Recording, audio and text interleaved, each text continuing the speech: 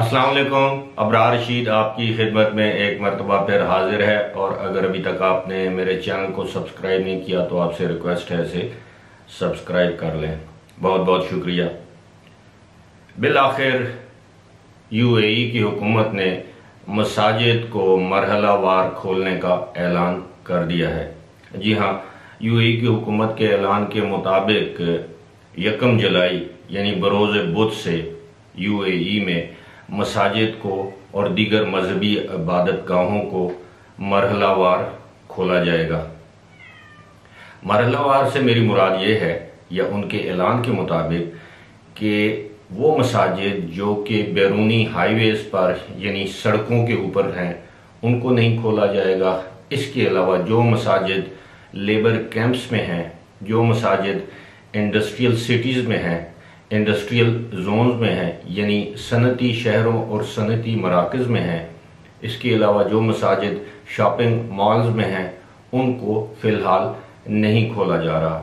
इसी तरह जो मसाजिद पार्क्स में हैं उनको फ़िलहाल नहीं खोला जा रहा।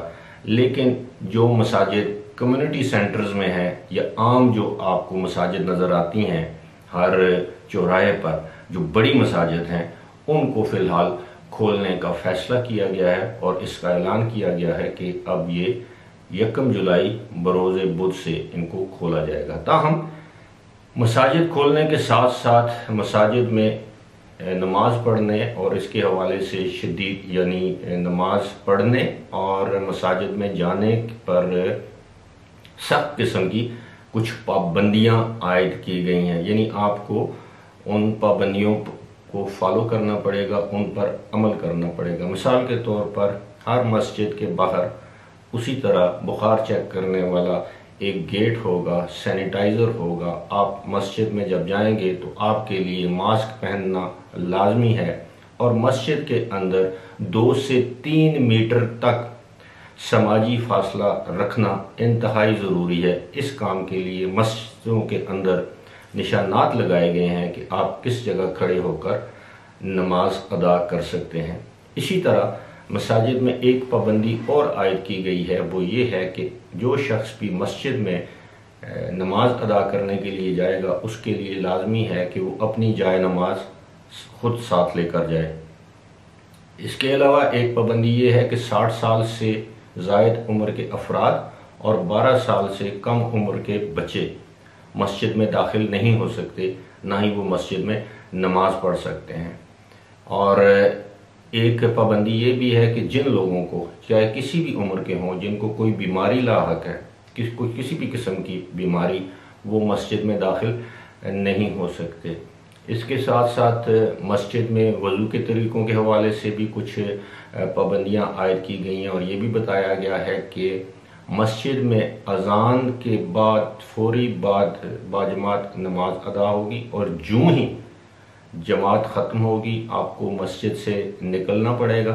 इसके अलावा आपको मस्जिद के अंदर नफली इबादत करने की इजाज़त नहीं है। सिर्फ आप फ़र्ज़ जो है वो अदा कर सकते हैं, ना ही आप मस्जिद में सुन्नत पढ़ सकते हैं। इसी के साथ साथ एक और अहम बात यह है, वो ये है कि अगर आप मस्जिद में कुरान पाक की तिलावत करना चाहते हैं तो आपको अपने साथ मोबाइल लेकर जाना पड़ेगा। आप मोबाइल में से कुरान पढ़ सकते हैं या आप अपने साथ घर से अपना कुरान पाक लेकर जा सकते हैं। मस्जिद के अंदर जो कुरान पाक है उससे आप कुरान पाक की तिलावत नहीं कर सकते। ये काफ़ी ज़्यादा पाबंदियाँ इस वजह से लगाई गई हैं कि मसाजिद के अंदर कोरोना वायरस की वबा के फैलने के ज़्यादा इम्कानात हैं। लेकिन याद रहे कि हज़ारों की तादाद में जो मसाजिद हैं उनको डिसइंफेक्ट कर दिया गया है, उनको स्टेरलाइज कर दिया गया है और यही वजह है कि अब मसाजिद को मरहलावार खोला जा रहा है ताकि वहाँ पर भी इबादत के मौके पर ज़्यादा रश ना हो। आपको ये भी याद होगा कि इस मरतबा ईद की नमाज भी घर पढ़ने का फतवा जारी किया गया था और तकरीबन 2 माह से या इससे भी ज़्यादा तकरीबन 3 माह से मसाजिद जो हैं वो बंद हैं और लोगों में इस हवाले से काफ़ी ज़्यादा बेचैनी फैल रही थी कि क्या वजह है कि सिनेमा घरों को, मॉल्स को, बीचेस को, दीगर क्लब्स को, बाकी जगहों को, पब्लिक मकामात को खोल दिया गया है, लेकिन मसाजिद और दीगर मजहबी इबादत गाहें जो हैं वो ताहाल बंद है। लेकिन अब खुशी का मुकाम है कि हुकूमत ने ऐलान किया है कि 1 जुलाई बरोज़ बुध से तमाम मसाजिद को मरहलावार खोला जा रहा है। फ़िलहाल इसी के साथ मुझे दीजिए इजाज़त। खुदा हाफ़िज़।